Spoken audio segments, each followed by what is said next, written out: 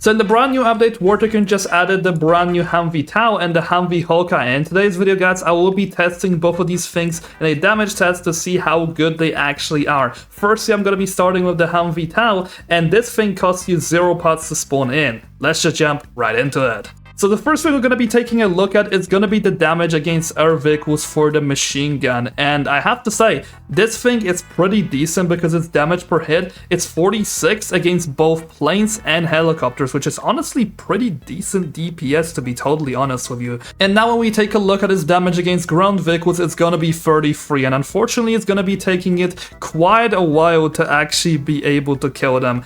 And now the same results can also be seen against the tanks. But then again, this is a starter vehicle, so it kinda makes sense that I don't really expect it to be having some insane levels of DPS.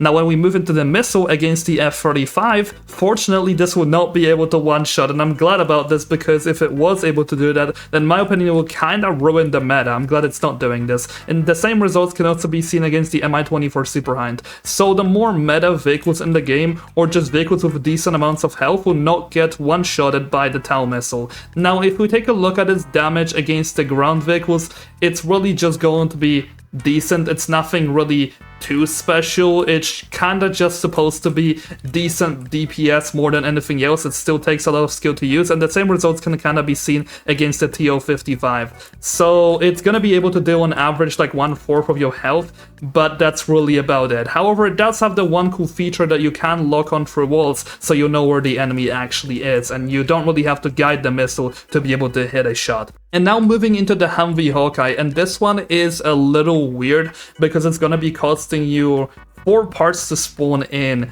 and I feel like that's a little high for just an artillery. But anyway, the first thing which I immediately notice about this thing is the fact that you cannot use the artillery if you're moving.